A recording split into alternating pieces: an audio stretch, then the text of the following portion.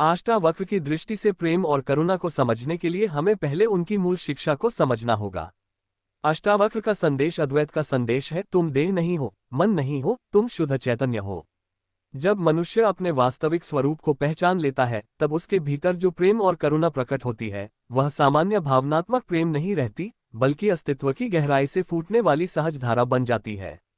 एक, प्रेम क्या है? सामान्यतः हम प्रेम को संबंधों, अपेक्षाओं और भावनाओं से जोड़ते हैं। हमें लगता है कि प्रेम किसी व्यक्ति, वस्तु या परिस्थिति से जुड़ा हुआ है। लेकिन अष्टावक्र की दृष्टि में प्रेम कोई संबंध नहीं, बल्कि स्वभाव है। जब व्यक्ति स्वयं को देह और मन से अलग जान लेता है, तब वह अनुभव करता है कि सब में वही एक चेतना है। इस अनुभव से जो एकता का बोध होता है, वही सच्चा प्रेम है। यह प्रेम किसी को पाने की इच्छा नहीं करता, किसी को बदलने की कोशिश नहीं करता। यह प्रेम स्वतंत्र है। इसमें अधिकार नहीं, केवल स्वीकार है। जब मैं जान लेता हूं कि सामने वाला भी उसी चेतना का विस्तार है, तो उसमें द्वेष, ईर्ष्या या भय कैसे रह सकता है? इस प्रकार प्रेम ज्ञान का परिणाम है, प्रयास का नहीं। 2. करुणा का जन्म कैसे होता है? करुणा भी अष्टावक्र के अनुसार किसी नैतिक कर्तव्य का परिणाम नहीं है। यह कोई नियम या धर्म का पालन नहीं, बल्कि आत्मबोध की सहज अभिव्यक्ति है। जब व्यक्ति स्वयं को सीमित अहंकार नहीं, बल्कि असीम चेतना के रूप में जानता है, तब दूसरों का दुख उसका अपना दुख प्रतीत होता है।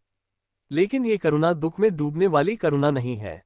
ये करुणा साक्षी भाव से उत्पन्न होती है। ज्ञानी व्यक्ति संसार को एक खेल की तरह देखता है, पर उसका हृदय कठोर नहीं होता। वह जानता है कि सब एक ही चेतना की लहरें हैं।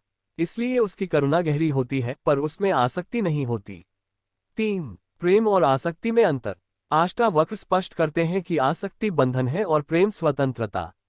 आसक्ति में भय होता है, खो देने का भय, टूट जाने का भय। प्रेम में विश्वास होता है। आसक्ति कहती है, तुम मेरे हो। प्रेम कहता है, तुम स्वतंत्र हो।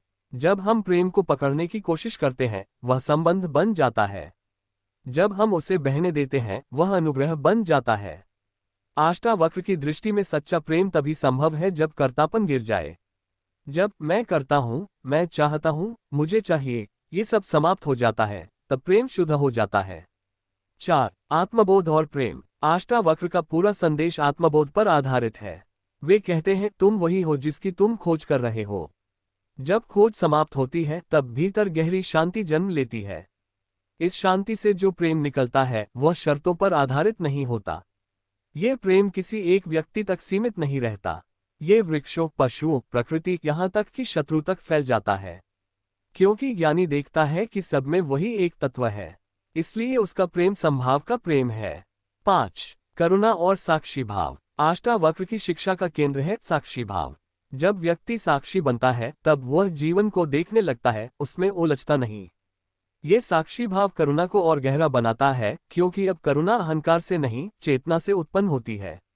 अहंकार की करुणा में दया होती है, ऊपर से नीचे की भावना। लेकिन चेतना की करुणा में समानता होती है। वहां कोई बड़ा या छोटा नहीं। ज्ञानी सहायता करता है, पर उसे लगता नहीं कि वह किसी पर उपकार कर रहा है। वह केवल प्रवाह में है। 6. प्रेम का मौन रूप। अष्टावक्र के अनुसार प्रेम का सबसे ऊंचा रूप मौन है। जहां शब्द नहीं, अपेक्षा नहीं, वहां प्रेम अपनी पूर्णता में होता है। ज्ञानी का प्रेम शोर नहीं करता, घोषणा नहीं करता। वह साधारण जीवन में भी असाधारण होता है। वह मुस्कान में प्रकट होता है, क्षमा में प्रकट होता है, सहजता में प्रकट होता है। यह प्रेम किसी सिद्धांत का पालन नहीं करता, ये स्वाभाविक है। 7. प्रेम और मुक्ति। अष्टावक्र कहते हैं कि बंधन और मुक्ति दोनों ही मन की अवस्थाएं हैं। जब व्यक्ति जान लेता है कि वह सदा मुक्त है, तब उसका प्रेम भी मुक्त हो जाता है। अब वह प्रेम किसी लक्ष्य के लिए नहीं करता, वह प्रेम ही है। ऐसी स्थिति में करुणा भी प्रयास नहीं रहती। वह सांस लेने जैसी सहज हो जाती है। जैसे सूर्य बिना भेदभाव के प्रकाश देता है, वैसे ही ज्ञानी बिना भेदभाव के प्रेम देता है। 8. व्यवहारिक जीवन में इसका अर्थ। अष्टावक्र की दृष्टि से प्रेम और करुणा का अर्थ यह नहीं कि व्यक्ति संसार छोड़ दे, बल्कि वह संसार में रहते हुए भी भीतर से मुक्त रहता है। वह संबंध निभाता है, पर उनमें खोता नहीं। वह सहायता करता है, पर स्वयं को कर्ता नहीं मानता। ये दृष्टि जीवन को हल्का बना देती है। जब हम जानते हैं कि सब एक ही चेतना का खेल है, तब शिकायतें कम हो जाती हैं, अपेक्षाएं घट जाती हैं, और जहां अपेक्षा कम होती है, वहां प्रेम बढ़ता है। निष्कर्ष। अष्टावक्र की दृष्टि से प्रेम और करुणा कोई नैतिक उपदेश नहीं, बल्कि आत्मज्ञान का स्वाभाविक फल है। जब मैं का अहंकार गिर जाता है, तब जो बचता है वही शुद्ध प्रेम है। जब सीमाएं टूट जाती हैं, तब जो प्रवाहित होता है वही करुणा है। ये प्रेम संबंधों से परे है, पर संबंधों को सुंदर बना देता है। ये करुणा प्रयास से परे है, पर संसार को कोमल बना देती है। अंततः अष्टावक्र की शिक्षा हमें यही बताती है कि प्रेम पाने की वस्तु नहीं है, प्रेम हमारा स्वभाव है। जब हम स्वयं को जान लेते हैं, तब प्रेम और करुणा अपने आप प्रकट हो जाते हैं। और यही है अष्टावक्र की दृष्टि से प्रेम और करुणा का वास्तविक अर्थ। स्वयं को जानो और प्रेम स्वतः बहने लगेगा।